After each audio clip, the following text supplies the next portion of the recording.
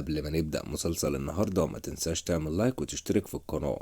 بيبدأ المسلسل مع فاضل ومراته براء واللي بيكونوا أصحاب أكبر الفنادق في تركيا، وفي الوقت ده بتسأله الصحافة والإعلام عن رحلة كفاحه رغم سنه الصغير. فبيقول لهم فاضل إن مراته هي السبب، وإن لولا دعمها ما كانش قدر يعمل أي حاجة، وبيعترف بحبها قدام كل الناس.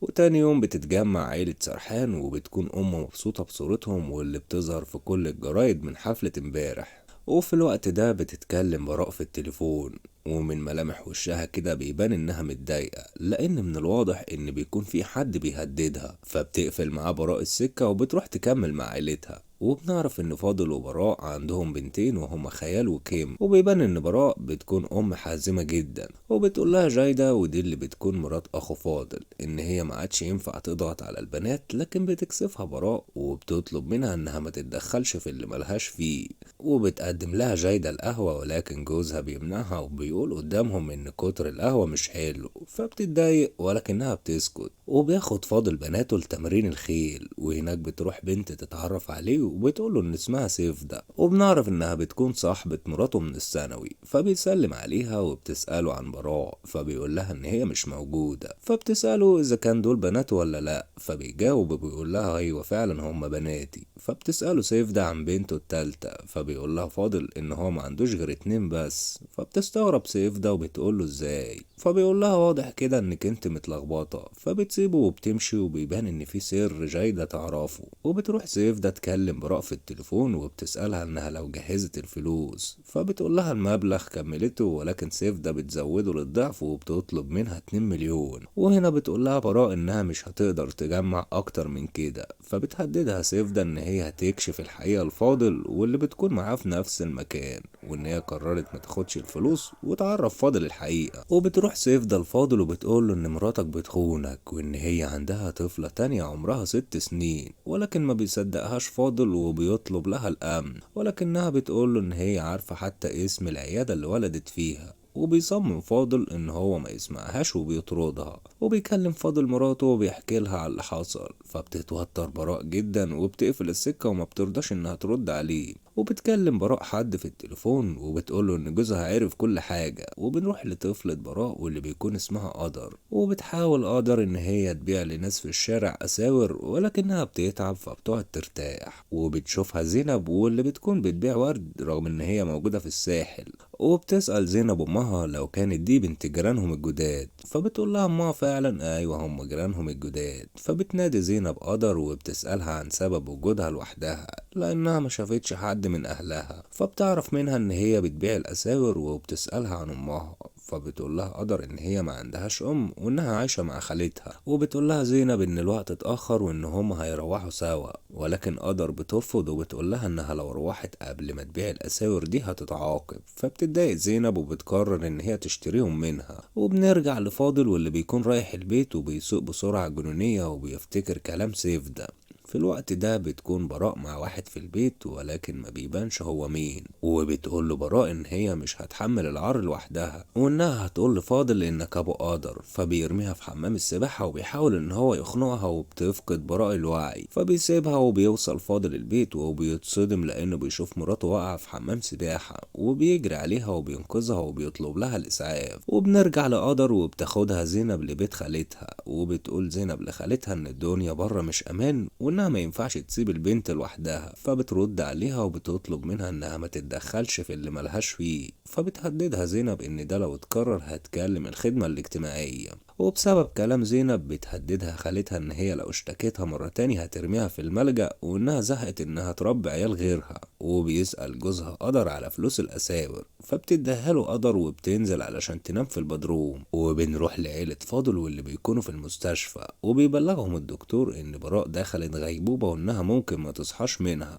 فبينهار بناتها في الوقت ده وما بيكونش فاضل عارف يعمل ايه. وبيفتكر فاضل من 6 سنين لما كانوا هيسافروا، وعلى اخر اخر لحظة طلبت منه براء انها تروح تهتم بابوها، وده لانه تعبان جدا وما بتكونش عايزة تحطه في مصحة، وبتقوله ان هو بمجرد ما يتحسن هتسافر ليهم هي. فبيضطر فاضل هنا ان هو يوافق. وفي اللحظة دي بتوصل الشرطة وبتقول لفاضل ان هم ملاقوش حوالين المسبح اي بصمات غريبة، وان الكاميرات كمان كانت مفصولة. وبيسألوه لو ممكن مراتك تكون دخلت حد غريب البيت وهو مش موجود. وهنا بيسكت فاضل، وبيتصل فاضل في الوقت ده بسيف ده وبيقول لها تاخده للمستشفى اللي ولدت فيها براء. وبنروح لعيلة زينب واللي بيكونوا بيجهزوا معجنات علشان يبيعوها بالليل، وبتطلب اخت زينب اللي بيكون اسمها ابرو تليفون زينب، وبنعرف ان حبيبها حذرها فبتحاول انها تكلمه من اي تليفون تاني. فبتقول لها امها ان هي ما عندهاش كرامة علشان تجري وراه. فبتقول لهم ابرو ان هما ما يعرفوش حاجة. وبتروح تركان لبيت زينب، وده لانها بتكون خايفة ان زينب تتصل بالخدمة الاجتماعية وساعتها هتتقطع الفلوس اللي بتبعتها براء. فبتقول لهم ان هي خالة قدر وان امها رمتها وهم بيربوها، ولكن زينب بتكون حاسة ان في حاجة غلط وان الست دي كدابة. وبنرجع لعيلة فاضل وبيطلب فاضل من اخوه ان هو يوصل بناته البيت. وبتشوف جيهان فلوسه واقعة على الارض فبتاخدها فورا. وبيروح فاضل وسيف ده المستشفى اللي ولدت فيها براء، وبيقول للدكتور ان هو عايز يعرف كل حاجة عن اليوم ده، ولكن بيرفض الدكتور. فبيقول له سرحان ان هو لو ما قالهوش هيكلم المحامين ووقتها هيعرف برضه، لانه بيكون متأكد انها ما كانتش عملية رسمية وساعتها هيفقد الدكتور وظيفته. فبيضطر الدكتور ان هو يحكي له وبيقول له ان مراته جات لوحدها وولدت بنت وطلبت ان يكون اسمها قدر، وطلبت كمان ان هي ما تتسجلش في الدولة. وبعدها بيجوا عيلة علشان يتبنوها وياخدوها. فبيسألوا عن ابو البنت فبيقول له الدكتور ان هو ما يعرفش اي معلومات عنه. وبنروح لقدر وبنشوف ان عيلتها اللي متبنيينها بيذلوها لدرجة ان هما بيمنعوا عنها الاكل. وبيدخل جوز تركان وبيوريها صورة براء وجوزها في المجلة، وبيقول لها ان هي عايشة في غنى وسايبة بنتها في الفقر.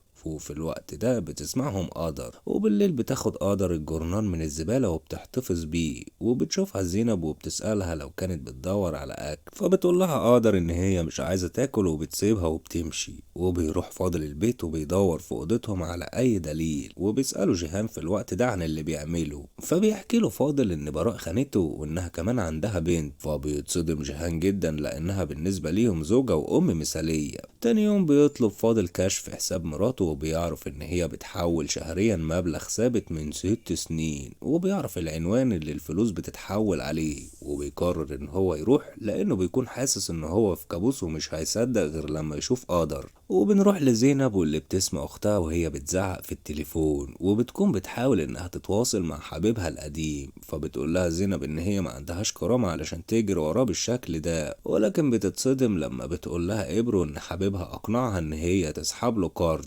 لانه كان هيتسجن ووعدها ان هو هيسده. وهنا بتتصدم زينب وبتنهار وبتسألها عن المبلغ، وبنعرف ان هو 800 ألف. وبيكون خطيبها اختفى وما تعرفش عنه اي حاجة. فبتتخانق معاها زينب وبتقول لها ان هي غبية، وبتسألها زينب عن العنوان ولكن ابرو ما تعرفش عنه حاجة. وبيروح فاضل على العنوان اللي بتبعت له الفلوس، ولكن في الطريق بيخبط زينب بالعربية وبينزل علشان يشوفها. فبتتخانق معاه فبيقول ان هي اللي غلطانة. فبتقول له ان ده شارع ضيق مش زي شوارعكم وما ينفعش يسوق فيه بالسرعة دي. فبيعتذر لها فاضل وبيقول لها ان هو كان بيدور على واحد اسمه اركان. فبتعرفه زينب العنوان على طول. وبيوصل فاضل البيت وبتشوفه قدر من بعيد، فبتفتكر شكله من الجرنان وبتفتكر ان هو ابوها. فبتجري عليه وبتناديه وبتقول له يا بابا. وبيكون فاضل مصدوم جدا وبيقول لها ان هو مش ابوها، وبيركب عربيته وبيمشي فورا. وبتحاول قدر ان هي تجري وراه لانها بتكون فاكرة ان هو معرفهاش علشان كبرت. وبالليل بتقعد زينب مع ابرو وبيحاولوا يشوفوا حل للدين اللي عليهم. فبتقترح ابرو ان هم يبيعوا عربية الورد. فبتتريق عليها زينب وبتقول لها انها مش هتجيب ربع المبلغ.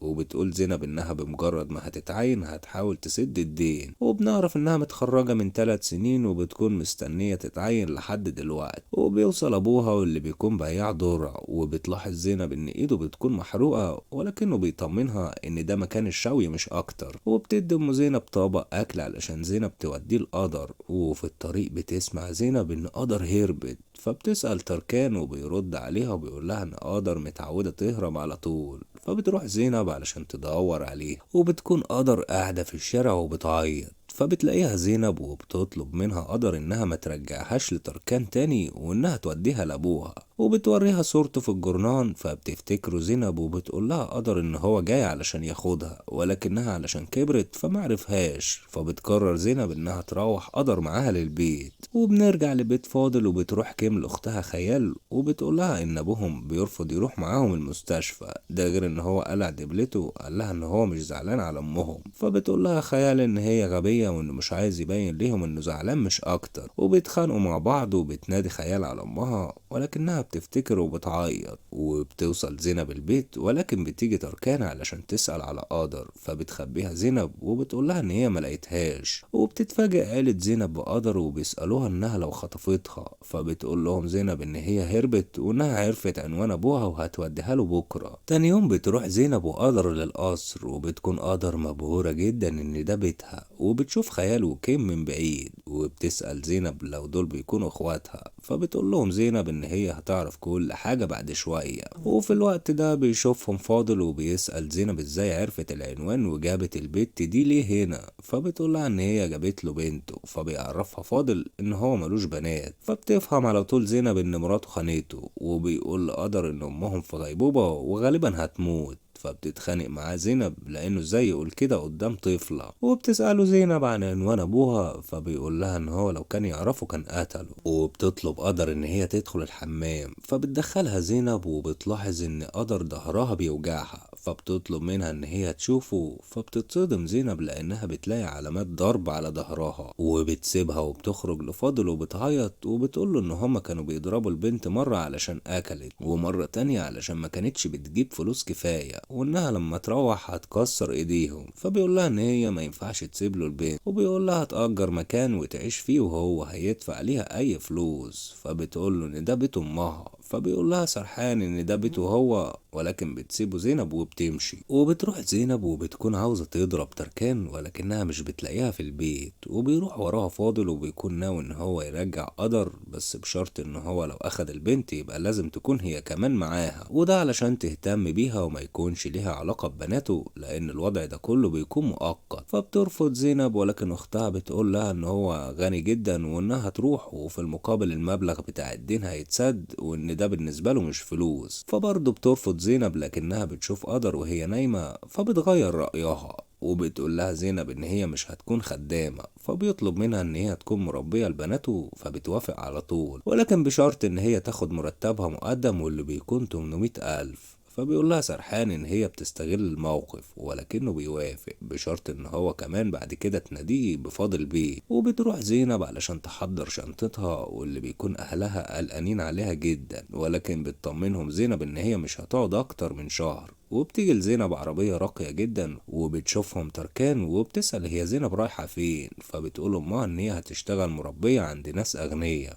وبتوصل زينب وقدر للبيت وبيعرفهم سرحان على عيلته على اساس ان هي المربية الجديدة وان قدر دي تبقى اختها الصغيرة، ولكن بناته مش بيحبوها وبيتريقوا على طريقتها وانها كمان شعبية جدا وبيسيبوها وبيمشوا. وبيطلب منها فاضل انها تمضي على عقد، وهو ان هي مش هتطلع اي سر من اسرار البيت ده للصحافة. فبتمضي زينب على طول. وبيتخانق جيهان مع فاضل لانه وافق على وجود قدر في البيت. فبيقول له ان هو لو كان الموضوع وصل للشرطة او الصحافة كانت سمعتهم هتتدمر. وبعد شوية ده بتروح جايدة مرة لجيهان وبتعرفه ان هي جابت شنطة جديدة. فبيسألها على الفاتورة فبتديها له، وبنعرف ان جيهان منع ان هو يكون معاها اي فلوس، وبيقول ان هي اهملت في شكلها. وبيقول لها انها تروح صالون التجميل بكرة. وبنروح لزينب واللي بتكون بتدور على حمام ولكن كلهم بيكونوا مشغولين. فبتدخل حمام اوضة فاضل وبتستحمى. وفي اللحظة دي بيدخل فاضل الأوضة، فبتتخانق معاه زينب ازاي يدخل من غير ما يستأذن.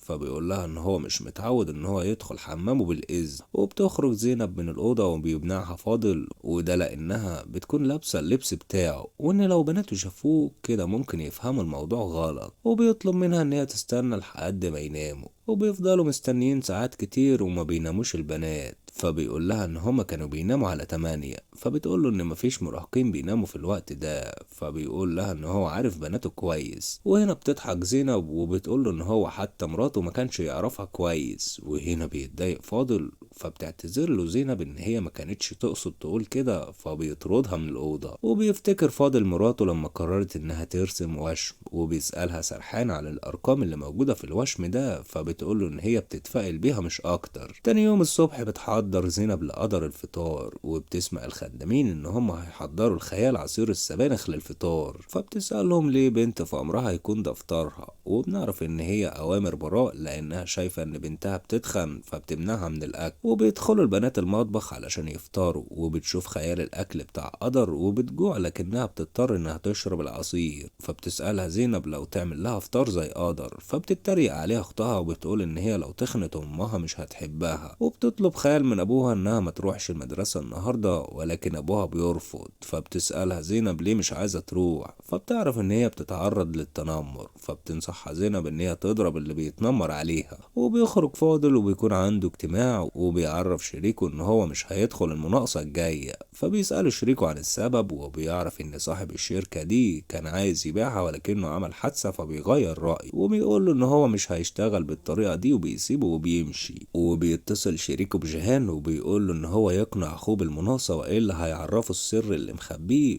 فهنا بيتوتر جيهان. وبنرجع للقصر وبتتكلم ام فاضل مع زينب، وبتعرف انها معهاش لغات ولا حتى تعرف كفايه عن الفن، وانها مش مؤهله ان هي تبقى مربيه للبنات. وبتروح قدر تبوس ايدها، ولكن امها بتتريق عليها وبتقول لها ان هي جايه من الحواري. فبتقول لها زينب لو عرفت مين عيلتها هتتصدمي، وبتسيبها وبتمشي. وبنروح لجيهان واللي بيوصل مراته لصاله التجميل. في الوقت ده بتدخل جايده الصالون وبتسال صاحبته لو حضرت اللي طلبته منها. فبتطلع لها نسخه من الشنطه اللي جابتها امبارح وبتديها فرق الفلوس. وبتكتب عذراء ورقه مكتوب فيها سامحوني، وبتطلب تتبعت زي الفلوس دي كل شهر. وبنرجع للقصر وبيدخل فاضل على بناته وبيتخانق معاهم ان هم عملوا مشكله في المدرسه. وبيعرف زينب ان خيال ضربت اختها في المدرسه. فبتقول خيال ان المربيه هي اللي قالت لها كده. فبتتصدم زينب وبتقول لها انها ما قالتش حاجه زي كده. فبتقول لها خيال انك قلت انك اضراب اللي بيتنمروا عليك. فبيتصدم فاضل ان كيم بتتنمر على اختها. فبتقول له كيم هنا لانها مسكينه وامنا كانت بتكره المساكين. فبيشتم فاضل امهم، والبنات هنا بيتضايقوا منه جدا.